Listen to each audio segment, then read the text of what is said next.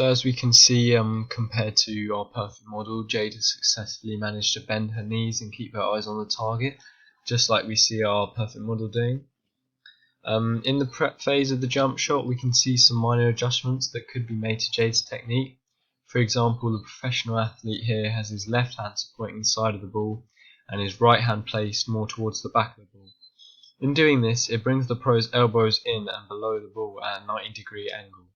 Because Jade has hands either side of the ball, the elbows stick out and the ball is not supported from behind. This could cause inaccuracies in shooting if the ball is not correctly supported in the prep phase.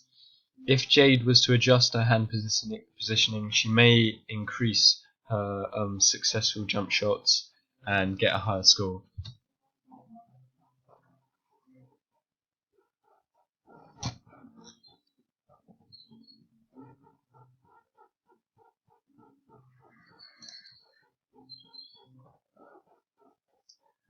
Okay, so now if we look at the execution phase, in the execution phase, Jade continues to successfully keep her eyes on the target and has now extended her legs and ankles into a jump correctly. However, her legs may be extended, but they are not completely straight, like how we see our perfect model in the top picture here, and her body is slanted towards the target. The ball should be released at the highest point in the jump, above the head, with the arm nearly fully extended. Jade's arm is nearly fully extended, but her arms are not above head height and the ball has not been released like our model shows. Problems that occurred in the prep phase are carried over to the execution phase, which is affecting the technique further. By altering that hand positioning, she may have been able to avoid releasing the ball below head height. She could attempt to release the ball above head height to try and correct her technique, and this may result in more successful jump shots.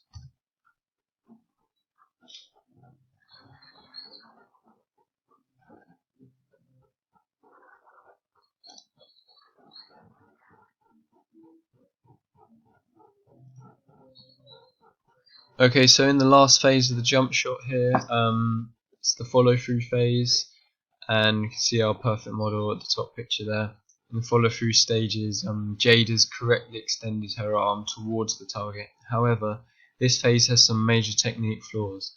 Compared to our model, Jade's body is still angled towards the target and is not straight. Along with this, her legs also do not remain straight. At the very end of the shot, we can see our model has flexed his wrist towards the target, whereas Jade has not. However, they have both managed to keep their eyes on the target the entire phase.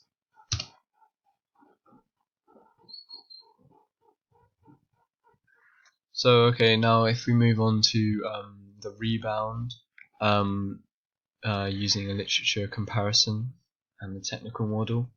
When going for a rebound, the player with the inside position usually has the advantage in securing the rebound.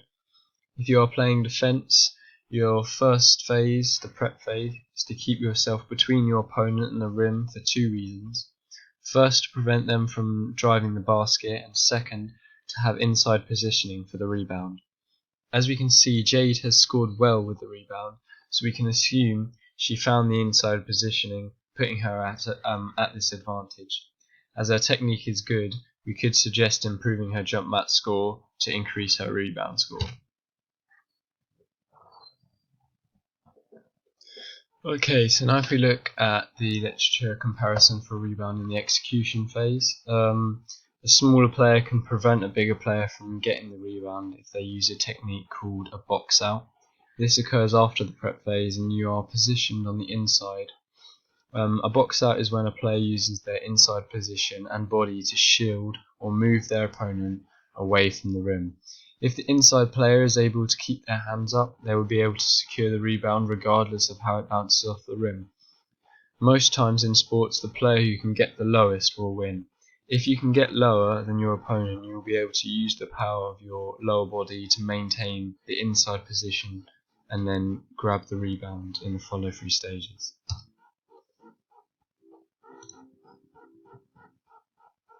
So now if we look at the literature comparison in the last stage, once you have made contact with your opponent, you have to make sure you keep your feet moving to maintain contact. and the inside position. Once this is maintained, it's the last phase just consists of catching the ball, jumping and catching the ball. Okay, so now if we're moving on to the numerical model, the law of inertia. In fact, no, the numerical model will be looking at the 3 laws of Newton and the motion. So the first law is the law of inertia, and it tells us that the basketball will remain at rest unless someone moves it by a specific force, in this case a jump shot. The law of inertia also states that an object, like a basketball, that is in motion remains in motion unless acted on by an external force. For example, gravity, the backboard, or other players will affect the ball's state of inertia when in the air from a jump shot. The second law states that force equals mass times acceleration. This can be related to the jump mat test and the jump shot. The more mass someone has, the more force it requires to accelerate or propel the body into the air for a jump. Therefore, the less mass you hold, the higher you can jump and accelerate in the air. Therefore, the higher your jump mat score will be as well. Therefore, if one was to improve their jump mat score, the individual could lose weight to gain a better score. The third law states that for every action there is an equal and opposite reaction. This can be related to the rebound scores. If the reaction consisted of the ball hitting the backboard, we can conclude the equal and opposite reaction is the resistance of the backboard. Therefore, players can predict the movement of a rebound.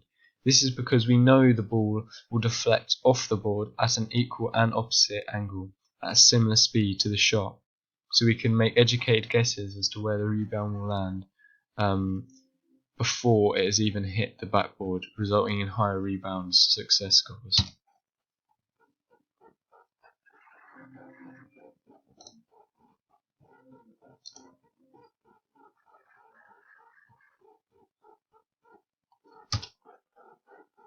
Okay, so now I'm going to just give some feedback on our individual when performing the jump shot when not under pressure.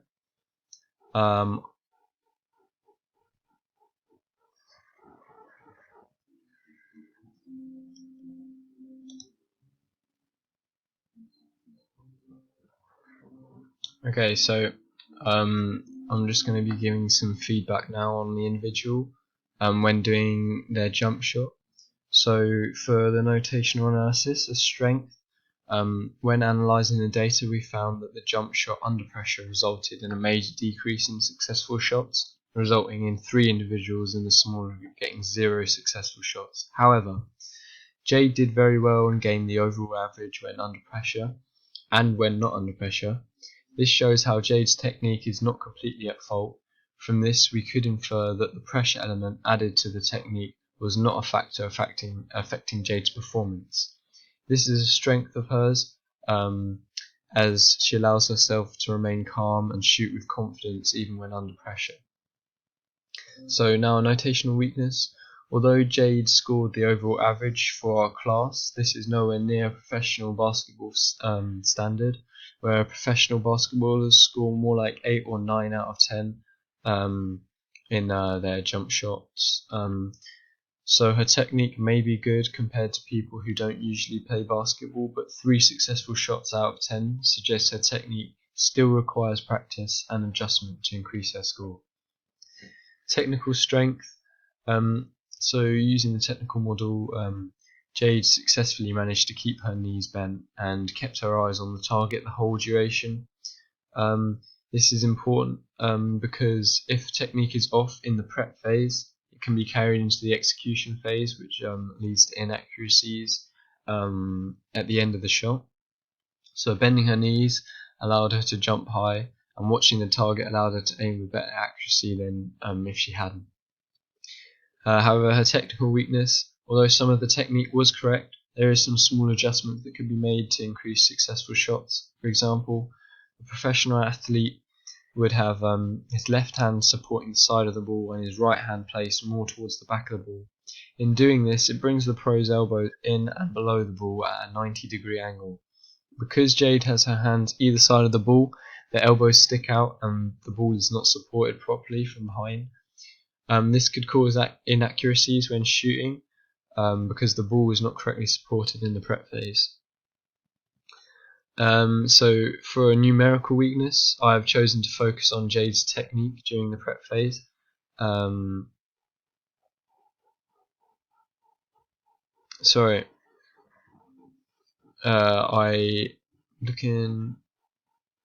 I've chosen to focus on Jade's technical ability for the prep phase, as this has knock-on effects affecting her overall jump shot. This is because Jade has her hands either side of the ball.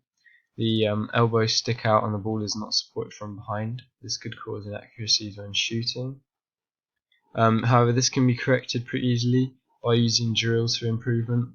For this specific skill, the drill must focus on creating the 90-degree angle at the elbow with the ball at chest height. This can be corrected if the individual practices a drill which consists of a coach passing the individual the ball, allowing them to follow up with getting into the position for a jump shot. If this is repeated 10 times in a session, the individual gets the experience of catching the ball and prepping the shot. This relates to a realistic situation, and the prep can then also be broken down and repeated 10 times to practice. This will be broken down into a catch, centering the ball to chest height, and lastly tucking in the elbows to create the 90-degree angle. This creates the perfect technique in the prep phase, allowing the individual to move on and adjust technique in the execution phase. It has been made specific to the jump shot and related to a real-life situation. If each step is followed, the goals can be measurable by counting how many times the correct positioning is maintained over 10 tries. The prep phase has been broken down into 3 parts, making it realistically possible for the individual to correct the technique over a realistic time period. This improvement can be measured by seeing if the correct positioning out of 10 tries increases over 1 week or 1 session per day, 1 session consisting of 10 tries.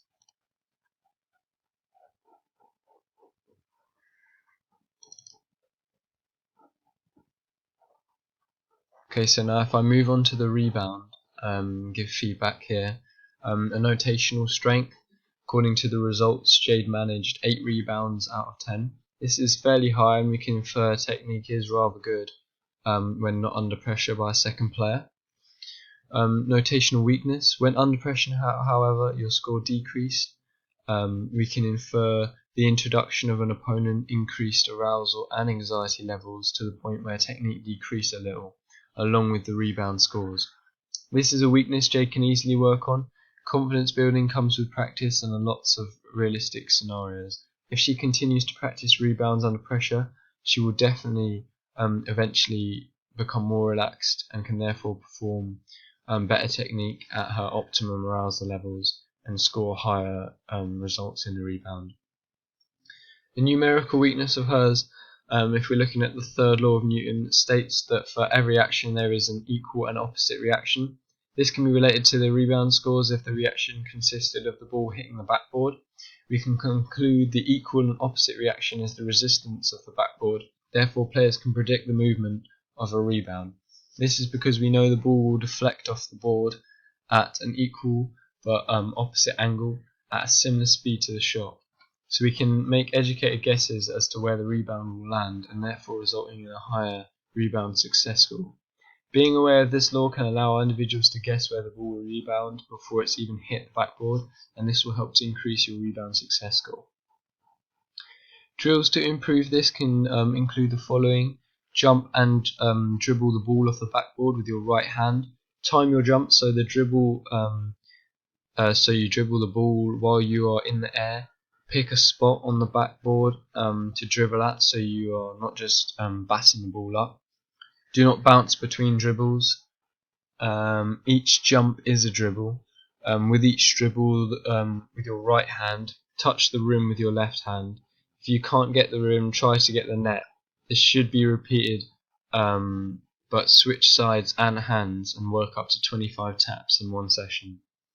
This is specific to a rebound, as Jade's numerical weakness, as it allows the performer to create a rebound for themselves they feel comfortable going for. Because of